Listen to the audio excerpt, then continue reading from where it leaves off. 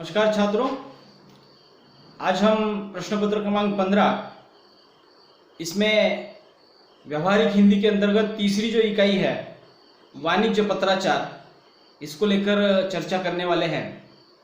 सबसे पहले मैं आपको बताना चाहता हूं कि हमारे इस प्रश्न पत्र की 2 इकाइयां समाप्त हो गई है, जिसमें हमने अनुवाद को विस्तार से देखा है। साथ ही साथ दूसरी इकाई में विज्ञापन को भी हमने विस्तार से देखा है। इस प्रश्न पत्र की अगली इकाई जो है वाणिज्य पत्राचार, इसको भी हम थोड़ा सा परीक्षा की दृष्टि से उसकी तैयारी करने वाले हैं। साथ ही साथ वाणिज्य पत्राचार किस प्रकार लिखा जाता है, कैसे लिखते हैं और उसकी आवश्यकता कितनी है, ये भी थोड़ी सी बातें इस इकाई में हम देखने वाले हैं। तो वाणिज्य पत्राचार के अंतर्गत इस पाठ्यक्रम में जो दिए गए मद्दे हैं उसमें दिया है कि वाणिज्य पत्राचार का स्वरूप एवं प्रकार, अर्थात सबसे पहले हमें देखना है कि वाणिज्य पत्राचार है क्या और उसका स्वरूप क्या है, और साथ ही साथ उसके प्रकार कितने हैं। तो मैं एक एक करके आपको वो प्रकार सभी विश्लेषित करूंगा। साथ ही साथ उसके पहले वाणिज्य पत्राचार क्या होता है उसको थोड़ा सा समझाऊंगा। इस इकाई के अंतर्गत प्रकारों के अंतर्गत जो है पहला जो पत्र आता है वो पूछताछ पत्र, जिसको जानकारी लेने वाला पत्र भी कह सकते हैं या पूछताछ करने वाला पत्र भी कह सकते हैं। दूसरा पत्र आ जाता है क्रयादेश पत्र, अर्थात जो भी कुछ पूछताछ की गई है उसके आधार पर वहां पे माल मंगवाने के लिए क्रयादेश पत्र लिखा जाता है, और क्रयादेश पत्र को ऑर्डर भी कहते हैं अंग्रेजी में। तो इस क्रयादेश पत्र में जो भी कुछ माल मंगवाया जाता है वो उसमें लिखा जाता है। और इसके बाद तीसरा पत्र आता है, हमारे पाठ्यक्रम में लगाया गया है भुगतान पत्र। भुगतान से तात्पर्य, आपने इसके पहले ये शब्द जो है बैंक में वगैरह पढ़ा होगा। कैशियर का जो खजांची का जो भी केबिन रहता है वहां पे वो भुगतान स्वीकृति या भुगतान देय जो है वहां पे आपने बैंक में जाकर ये शब्द पढ़ा होगा। तो मुझे लगता है कि भुगतान से तात्पर्य यह है कि मान लीजिएगा कि किसी ग्राहक ने या किसी दुकानदार ने कंपनी से माल मंगवाया है, और माल मंगवाने के बाद कंपनी जो है उस दुकानदार को भुगतान करने संबंधी पत्र लिखती है। अर्थात जो भी कुछ माल भेजा है उसके परोक्ष में या उसके संदर्भ में उसका जो बिल रहता है वो भुगतान करने संबंधी कंपनी जो है पत्र लिखती है। तो ये भुगतान संबंधी पत्र जो है ये भी हमें थोड़ा सा देखना है। और अगला पत्र आ जाता है शिकायत पत्र। नाम से ही स्पष्ट है कि मान लीजिएगा कि व्यापार की एक परिपाटी चलती है। सबसे पहले इसमें जानकारी ली जाती है कि कौन सा माल किस मूल्य के लिए खरीदना है या किस कीमत पर खरीदना है। उसके बाद माल पसंद आने पर उसकी ऑर्डर दी जाती है, अर्थात क्रयादेश पत्र लिखा जाता है। क्रयादेश भेजने के बाद कंपनी माल भिजवा देती है, और कंपनी जो है दुकानदार से भुगतान या बिल पेड करने संबंधी पत्र लिखती है। ये प्रक्रिया जो है स्वाभाविक रूप से व्यापार के क्षेत्र में वहां पे चलती है, और उसके आधार पर अंतिम पत्र जब लिखा जाता है वो शिकायती पत्र, जिसमें हम देखते हैं कि इस प्रक्रिया में जहां पे बाधा आती है या जहां पर भी कुछ गड़बड़ी हो जाती है तो ये शिकायत पत्र वाला कदम जो है कंपनी को उठाना पड़ता है, और ये अंत में पत्र लिखा जाता है। तो ये 4 प्रकार के पत्र जो है हमारे पाठ्यक्रम में लगाए गए हैं उसको हम देखने वाले हैं। सबसे पहले मैं आपको वाणिज्य पत्राचार होता क्या है उसका स्वरूप थोड़ा सा आपको बता देता हूं। वाणिज्य पत्राचार से तात्पर्य यह है कि ये पत्र मुख्यतः व्यापार से संबंधित होते हैं, व्यावसायिक जगत से संबंधित होते हैं। इसके पहले के सत्र में 5वें सत्र में हमने जो पत्राचार देखा था वो कार्यालयीन पत्राचार था, अर्थात किसी शासकीय कार्यालय से या किसी निम्न शासकीय कार्यालय से जो पत्र लिखे जाते हैं वो वहां पे कार्यालयीन पत्राचार में वो पत्र आते हैं। लेकिन आज हम इस सत्र में या सेमेस्टर 6 के लिए जो पत्राचार देखने वाले हैं वो पत्राचार वाणिज्य पत्राचार कहलाया जाता है। वाणिज्य पत्राचार से तात्पर्य यह है कि व्यवसाय से संबंधित, व्यवसाय जगत से संबंधित या व्यापार जगत से संबंधित जो भी कुछ पत्र लिखे जाते हैं वो सभी के सभी वाणिज्य पत्राचार के अंतर्गत आ जाते हैं। अब मैं आपको और थोड़ा सा उसको सामान्य भाषा में समझाना चाहता हूं। देखिए, वाणिज्य से तात्पर्य यह है कि हम मार्केट में देखते हैं कि कपड़ों की दुकान है, बर्तनों की दुकान है, बहुत सारी चीजों की दुकानें वहां पे आती हैं। और मार्केट में चले जाने के बाद उस दुकानदार के पास जो भी कुछ माल आता है, न तो वो दुकानदार वो खुद तैयार करता है, बल्कि वो किसी कंपनी के द्वारा मंगवाता है। विशेषतः कपड़ों की दुकान के बारे में आपको बताना चाहता हूं कि कपड़ों का दुकानदार क्या करता है कि अपनी दुकान में कंपनी के द्वारा भेजे गए या कंपनी के ओर से मांगे गए जो उसकी ऑर्डर रहती है, वही कपड़े जो है अपने दुकान में रखता है। अब ये कपड़े मंगवाना या दुकान में रखने की जो प्रक्रिया है, जब कंपनी की तरफ से ये माल भेज दिया जाता है तो दुकानदार जो है अपने दुकान में उस कपड़ों को वहां पे बेचने के लिए रख देता है।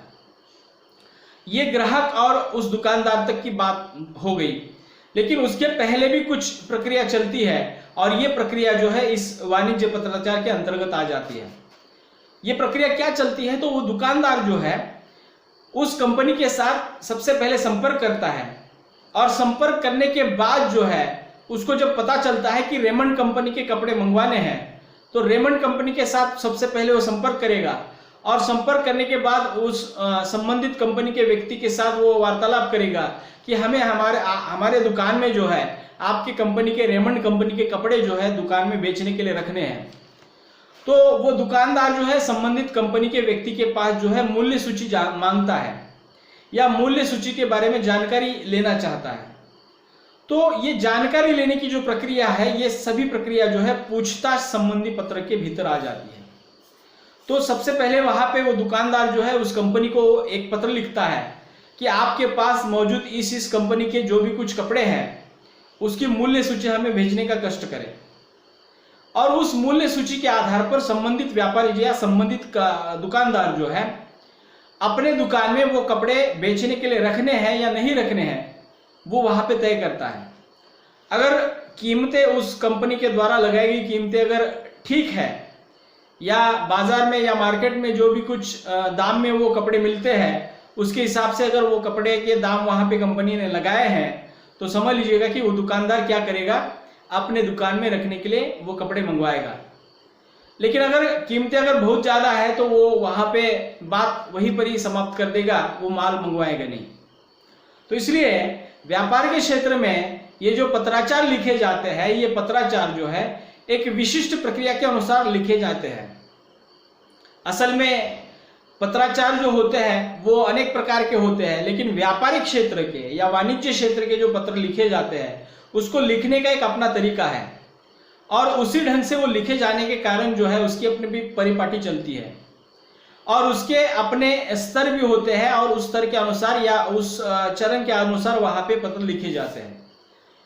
तो व्यापार में नया नया कोई दुकानदार जब उसका व्यवसाय शुरू कर रहा है तो सबसे पहले उसको पूछताछ संबंधी पत्र लिखने पड़ते हैं और उसके बाद उसको क्रयादेश संबंधी पत्र या ऑर्डर देने वाले पत्र जो है उसको लिखने पड़ते हैं। तो आपको समझ में आया होगा कि व्यापारी जगत के जो पत्र होते हैं तो ये पत्र विशेषता माल मंगवाने के लिए, माल समय पर न मिलने के कारण या माल जो भेजा है वो सही तरीके से नहीं मिला है, उसमें टूट फूट हुई है, नुकसान हुआ है, या समय पर माल न मिलने के कारण या माल गलत भेजने के कारण, ऐसे बहुत कारणों से जो है एक व्यापारी दूसरे व्यापारी के साथ या एक दुकानदार जो है कंपनी के साथ पत्राचार करता है। और इस पत्राचार की भाषा जो है एकदम स्पष्ट होती है, सरल होती है।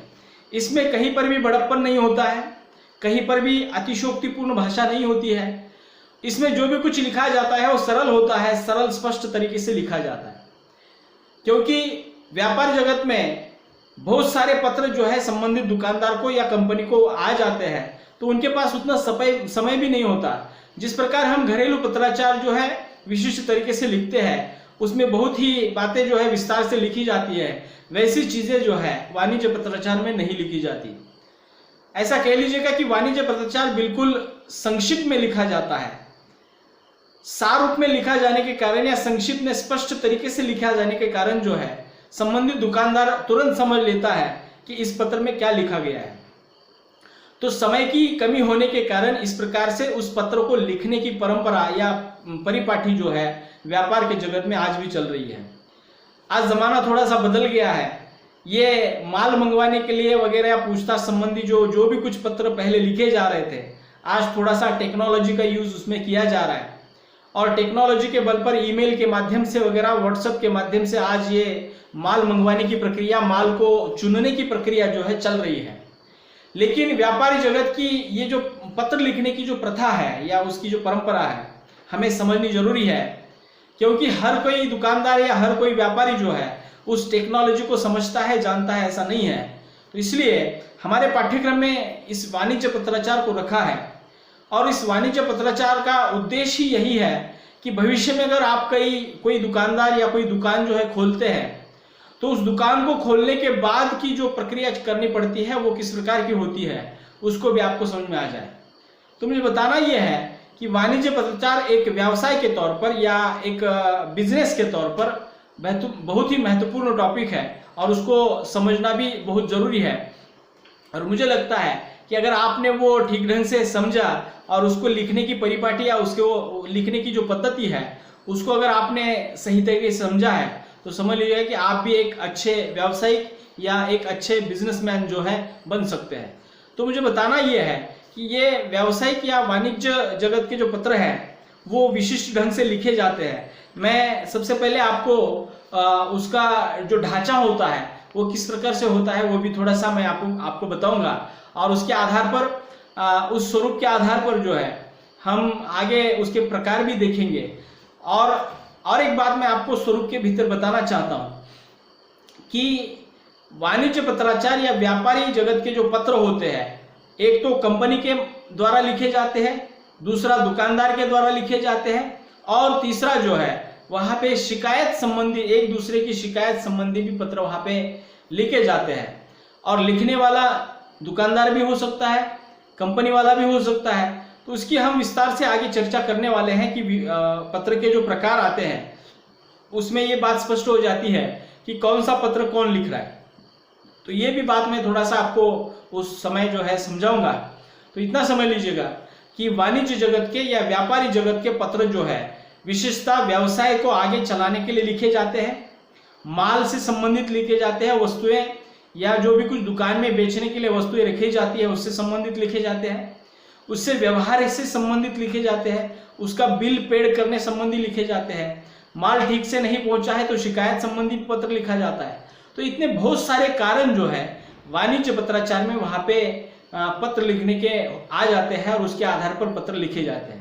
और उसको एक लिखने का भी तरीका है, उसकी एक अपनी पद्धति है और उसके चलते जो है ये पत्र आज भी लिखे जा रहे हैं। तो मैं अगले लेक्चर में आपको इन पत्रों के बारे में थोड़ा सा उसके स्वरूप के बारे में भी समझाऊंगा और उसकी लिखने की पद्धति या उसका ढांचा जो है उसको भी आपके सामने रखूंगा। और साथ ही साथ इन सभी पत्रों के जो प्रकार आते हैं, वाणिज्य पत्रों में कौन कौन से प्रकार के पत्र आते हैं, उसके विषय क्या क्या होते हैं, उसको भी थोड़ा सा मैं आपके सामने रखूंगा। ये टॉपिक विशेषता आपको बहुविकल्पी के लिए या परीक्षा के लिए भी महत्वपूर्ण बन जाएगा। उस दृष्टिकोण से भी इस लेक्चर को जो है सुनते रहिएगा। मिलते हैं अगले लेक्चर में वाणिज्य पत्राचार के स्वरूप को लेकर, उसके ढांचे को लेकर और उसके आगे हम उनके प्रकारों को देखेंगे। रुकते हैं, धन्यवाद।